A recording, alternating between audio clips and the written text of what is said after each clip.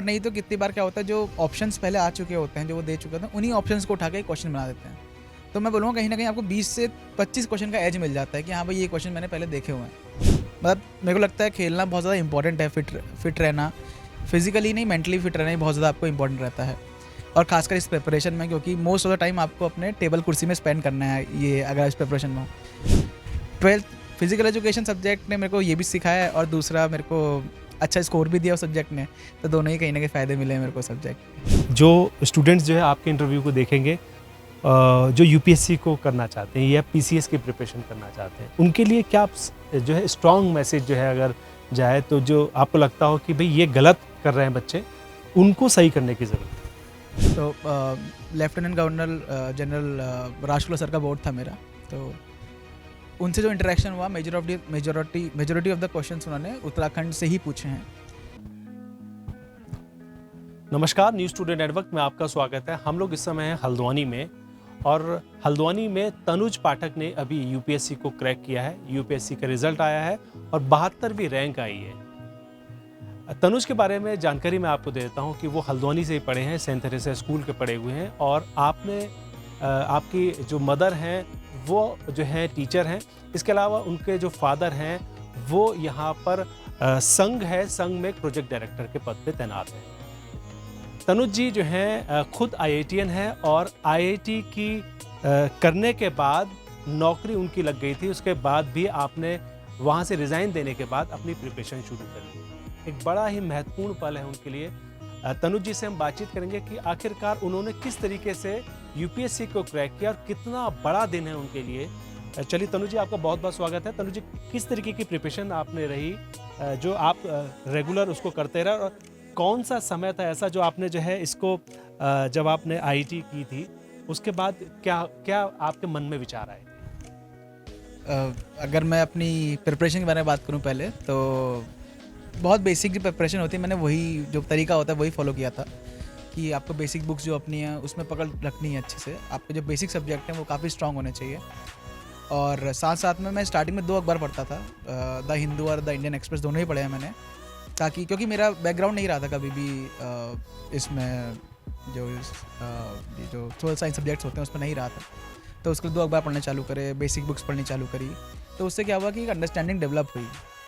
फिर धीरे धीरे मैंने, क्योंकि मेंस में हमारे आंसर राइटिंग करनी होती है, तो लगभग 6 महीने जब मैंने अपना फाउंडेशन तैयार कर लिया, उसके बाद 6 महीने के अंदर ही आंसर राइटिंग स्टार्ट करी, ताकि मेंस की प्रैक्टिस भी साथ साथ चलती रहे। और फिर स्टार्टिंग में प्री और मेंस की तैयारी साथ साथ चालू करी, साथ लेके चला आगे बढ़ा। और जैसे जैसे प्री आया तो फिर शिफ्ट किया प्री में, पूरी तरह प्री में शिफ्ट किया मैं तैयारी करना अपना। और प्री के लिए 2 चीज़ बहुत ज़्यादा इंपॉर्टेंट लगी मुझे, कि जो आपका मटेरियल जो आप अभी तक पढ़ाई कर चुके हो उसको आपको बार बार रिवाइज़ करना है, मल्टीपल रिविजन्स, 15 बार 20 बार जितनी बार हो सके करें। और साथ में उसके जो प्रैक्टिस क्वेश्चंस हैं वो बहुत ज़्यादा सॉल्व करने हैं आपको। तो 20, मतलब मैं बोलूँगा 50 से 60 फुल लेंथ टेस्ट पेपर्स आपको सॉल्व करने पड़ते हैं, ताकि आपको एक समझ में आए कि आखिर पेपर होता कैसे है। तो जब आप ये कर लेंगे, और उसके साथ साथ जो प्रीवियस ईयर क्वेश्चंस हैं जो कि पहले आ चुके हैं, उस पर आपको बहुत अच्छी नज़र रखनी है। तो ये 3 जब काम साथ में होते हैं तो आपका प्री निकलता है। अच्छा, पहले जो क्वेश्चंस आ चुके हैं, क्या आपको लगता है कि कभी रिपीट्स भी होते हैं या रिपीटेशंस आपने देखा है कभी? देखिए, मैंने रिपीट होते हुए भी देखे हैं क्वेश्चंस, और अगर क्वेश्चंस रिपीट नहीं हो रहे हैं तो आपको पता है कि यूपीएससी क्वेश्चन पूछ क्या रहा है, तो आप उसी तरीके से पढ़ते हो। और नहीं तो कितनी बार क्या होता है, जो ऑप्शंस पहले आ चुके होते हैं, जो वो दे चुके होते हैं, उन्हीं ऑप्शंस को उठा के क्वेश्चन बना देते हैं। तो मैं बोलूँगा कहीं न कहीं आपको 20 से 25 क्वेश्चन का एज मिल जाता है कि हाँ भाई, ये क्वेश्चन मैंने पहले देखे हुए हैं। और 20 से 25 क्वेश्वन अगर आपने वो पहले देखे हुए हैं, तो आप बहुत ही एक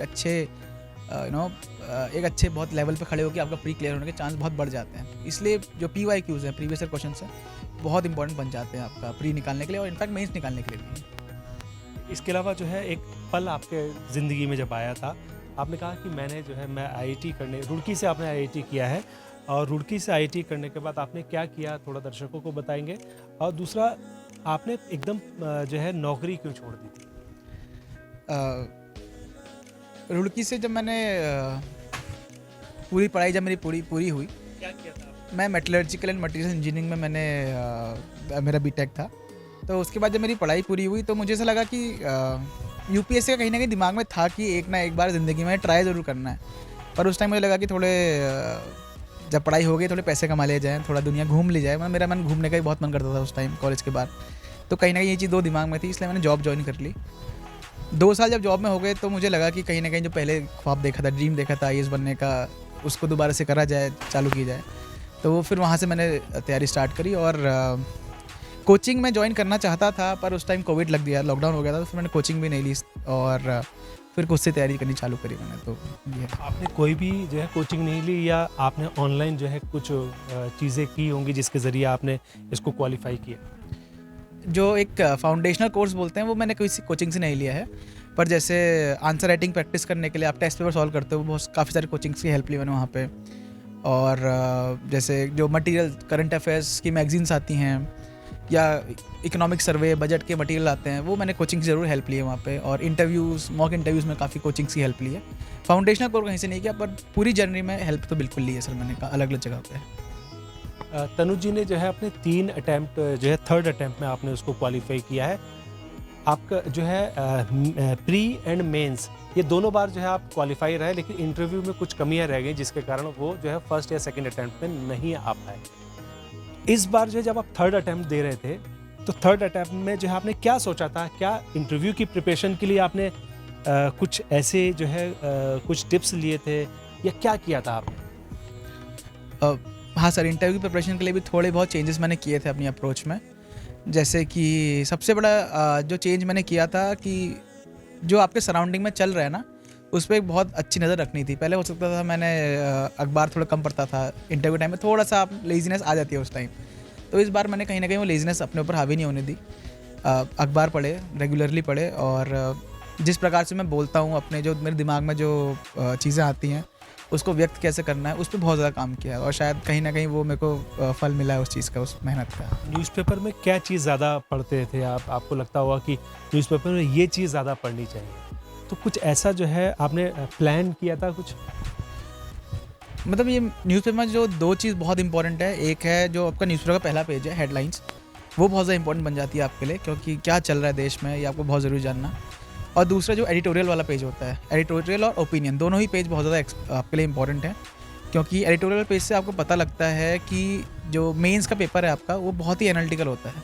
तो आपको जो पॉइंट्स आपको जनरेट करने होते हैं मेंस के लिए, वो एडिटोरियल से आपको कहीं न कहीं मिल जाएंगे। और उसके बाद जो देश से देश वाला पन्ना होता है, वो बहुत इंपॉर्टेंट है आपका, जो वर्ल्ड अफेयर्स वाला पन्ना रहता है, इंटरनेशनल रिलेशंस वाला, वो भी आपके लिए बहुत ज़्यादा इंपॉर्टेंट है, तीनों ही एग्ज़ाम के लिए। तो ये सब चीज़ें आप अखबार में बहुत ज़रूरी हैं, ये सब चीज़ें पढ़नी। कुछ स्टूडेंट्स जो हैं अखबार को इग्नोर करते हैं। आपने कहा ना कि किस तरीके से प्रिपरेशन अखबार की भी जो है, अखबार कितना इंपॉर्टेंट है वो भी देखने वाली बात है। इसके अलावा जैसे हम लोग जो है जब प्रिपरेशन की बात करते हैं, जब स्कूल में होते हैं, तो स्कूल में जो है स्कूल में किस तरीके की बात रहती है कि जब आप स्कूल में हैं तो फिर आप मन में क्या रहता है आपके स्कूल में और फिर क्या प्रिपरेशन रहती है? स्कूल में एज़ इन मम्मी जो स्कूल में बोल रहे हैं आप? नहीं, जिस समय आपने 10th किया, आपको मैं जानकारी देता हूँ, आपने जो है सेंट थेरेसा से 2011 में आपने जो है पास आउट किया और वहाँ के टॉपर भी रहे हैं। उस समय जो है आप मैथ्स में मैथ्स थी आपके पास या क्या आपके पास सब्जेक्ट्स क्या थे? मेरे तो फिजिक्स, केमिस्ट्री, मैथ्स, इंग्लिश और फिजिकल एजुकेशन। तो फिजिकल एजुकेशन जिसको लोग इग्नोर कर देते, क्या वो आपके इस में जो है कामयाबी की दृष्टि में आपको कितना तरह से आते हैं उसको? देखिए, फिजिकल एजुकेशन का हाँ बहुत ज़्यादा इंपॉर्टेंट रोल रहता है, क्योंकि मतलब मेरे को लगता है खेलना बहुत ज़्यादा इंपॉर्टेंट है, फिट रहना, फिजिकली नहीं मेंटली फिट रहना ही बहुत ज़्यादा आपको इंपॉर्टेंट रहता है। और खासकर इस प्रिपरेशन में, क्योंकि मोस्ट ऑफ द टाइम आपको अपने टेबल कुर्सी में स्पेंड करना है, ये अगर इस प्रिपरेशन में हो तो कहीं ना कहीं आप आधा 1 घंटा निकाल रहे हो, तो बहुत ज़रूरी है आपके हेल्थ के लिए और आपके माइंड के लिए भी। 12th फिजिकल एजुकेशन सब्जेक्ट ने मेरे को ये भी सिखाया है और दूसरा मेरे को अच्छा स्कोर भी दिया उस सब्जेक्ट ने, तो दोनों ही कहीं ना कहीं फ़ायदे मिले मेरे को सब्जेक्ट के। उसमें जो है कैसे बाइफरकेट किया आपने अपनी जो आईएएस की प्रिपरेशन में, किस तरीके से आपने सब्जेक्ट को बाइफरकेट किया और कौन से सब्जेक्ट को ज़्यादा समय देना चाहिए, कौन से सब्जेक्ट को कम समय देना चाहिए, वो किस तरीके से आपने प्रिपेयर किया? बाइफर्केशन एज इन देखिए, मोटा मोटी अगर मैं पकड़ूँ तो 9 सब्जेक्ट्स आपके होते हैं, मतलब 7 में जीएस के सब्जेक्ट्स और 2 आपके ऑप्शनल सब्जेक्ट। तो मेरी तैयारी रहती थी कि मैं दिन को 2 पार्ट डिवाइड करता था, एक हाफ जीएस का जनरल स्टडी सब्जेक्ट है वो, और एक हाफ मेरा ऑप्शनल का सब्जेक्ट है वो। तो इस प्रकार में लेके बढ़ा उसको आगे। और ऑप्शनल एक ऐसा सब्जेक्ट है जिस पर आपको बहुत ज़्यादा फोकस करना है, क्योंकि ऑप्शनल का सीन ये रहता है कि अगर आप उसको अच्छे प्रिपेयर करोगे तो आपको बहुत ज़्यादा रिवॉर्ड देता है। आप कहीं ना कहीं उसमें 300 स्कोर भी कर सकते हो, और 300 का आपने एक बार स्कोर किया तो आपका सिलेक्शन शॉर्ट ऑलमोस्ट हो ही जाता है। तो एक ऑप्शनल पे आपको बहुत ज़्यादा ध्यान देना है। उसके अलावा मुझे लगता है कि 2 पेपर ऐसे भी हैं, एक तो एस्से जो निबंध का पेपर है, और दूसरा जो एथिक्स नीति शास्त्र का पेपर है। ये 2 पेपर ऐसे हैं, लेस प्रिपरेशन मोर रिवॉर्डिंग। तो कम प्रिपेयर अगर आप करते भी हो तो आपको बहुत ज़्यादा रिवॉर्ड मिलता है उसका। तो अगर आप उसको बहुत ज़्यादा प्रिपेयर करोगे तो आपको बहुत ज़्यादा रिवॉर्ड मिलेगा। तो मैं ये बोलूँगा कि एस्से और GS4 जो एथिक्स पेपर है उसको नेगलेक्ट नहीं करना है, उसको फोकस इंपॉर्टेंट, उसको काफ़ी फोकस देना है। और इनफैक्ट इतना फोकस देना जितना आप GS2, GS1, GS3 का देते हो उतना ही फोकस दोगे, क्योंकि वो 250 नंबर का पेपर है आफ्टर ऑल।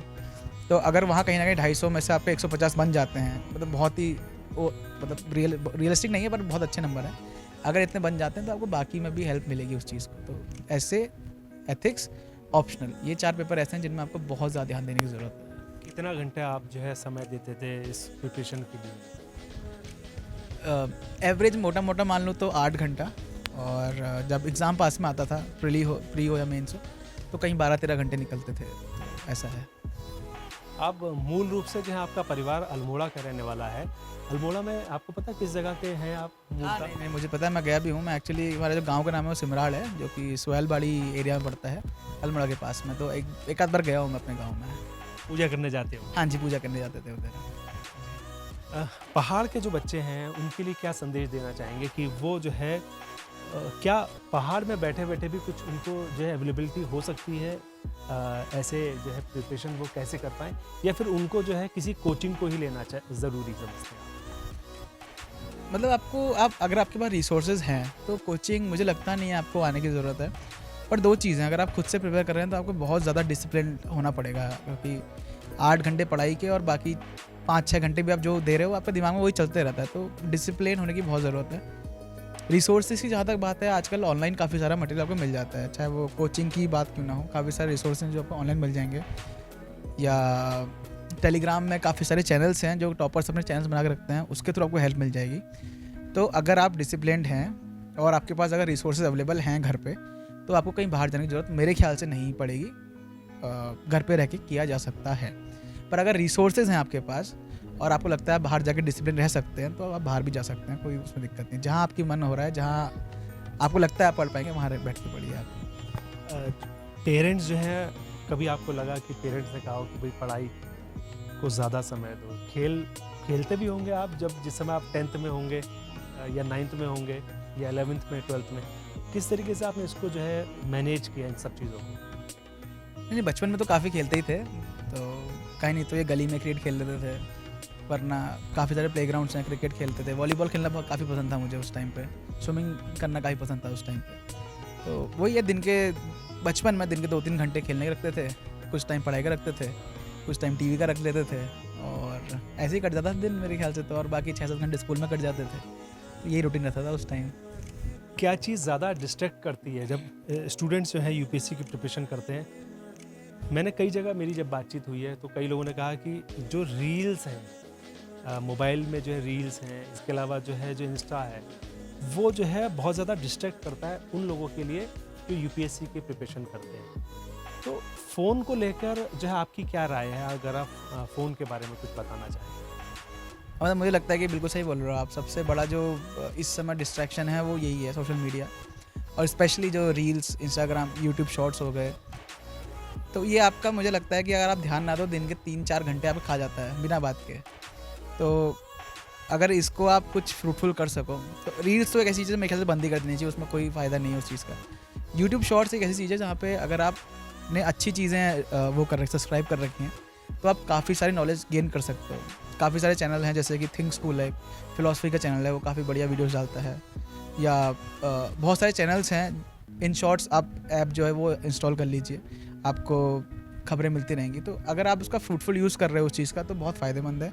पर अगर आप सिर्फ रील्स के लिए इसका यूज़ करो, तो कहीं ना कहीं टाइम तो वो लेती हैं चीज़ें, और दिमाग में फिर गलत चीज़ चलती हैं जो कि नहीं चलनी चाहिए अगर आप यूपीएससी की तैयारी कर रहे हो तो। जैसा कि कई बार देखते हैं कि जब दिल्ली की बात हम लोग करते हैं तो दिल्ली में जो है मुरारजी नगर है जहाँ पर मुखर्जी नगर, तो मुखर्जी नगर से जो है जनरली देखा जाता है कि वहाँ के जो कोचिंग्स हैं उनमें से बच्चे काफ़ी निकलते हैं। उनके लिए क्या कहेंगे कि जो है एक मिथ है वो, या फिर जो है आपको क्या लगता है? 2 सेंटर्स हैं दिल्ली में जहाँ मोटा-मोटा, एक मुखर्जी नगर जो कि मेरे ख्याल से हिंदी मीडियम वाला जाता है, और दूसरा एक ओल्ड राजेंद्र नगर है जहाँ पे अधिकतर इंग्लिश मीडियम की कोचिंग्स हैं। तो 2 जगह है। मैं वही कह रहा हूँ, पढ़ने वाले तो देखो कहीं से भी निकल सकते हैं, जो मेहनत करेगा वो कहीं से भी निकलेगा, घर से भी या कोचिंग से भी। मेन है कि आपको, जो मैंने पहले बोला, डिसिप्लिन रहना बहुत ज़रूरी है, क्योंकि 2 टाइप का डिसिप्लिन है। एक तो ये है मिनिमम से मिनिमम 2 साल आपको लगे रहना है इसमें, एक वो डिसिप्लिन। दूसरा रोज़ वाला डिसिप्लिन, जो कि आपको रोज़ के 8 घंटे 9 घंटे 10 घंटे निकालने हैं। तो कहने सुनने में आसान लगता है, थोड़ा है नहीं, टाइम लगता है इस डिसिप्लिन को बनाने में। अगर आपको लग रहा है कि दिल्ली में रह के, कोचिंग सेंटर रह के आप कर सकते हैं तो बहुत ही बढ़िया है, क्योंकि वहाँ पे आपको रिसोर्सेज बहुत मिल जाएंगे, इन्वायरमेंट मिल जाएगा, साथ में लोग मिल जाएंगे जो तैयारी कर रहे हैं, कोचिंग मिल जाएंगी। वहाँ रह के करेंगे तो बहुत अच्छे से कर सकते हैं, पर वो ये कि डिसिप्लिन रहना पड़ेगा।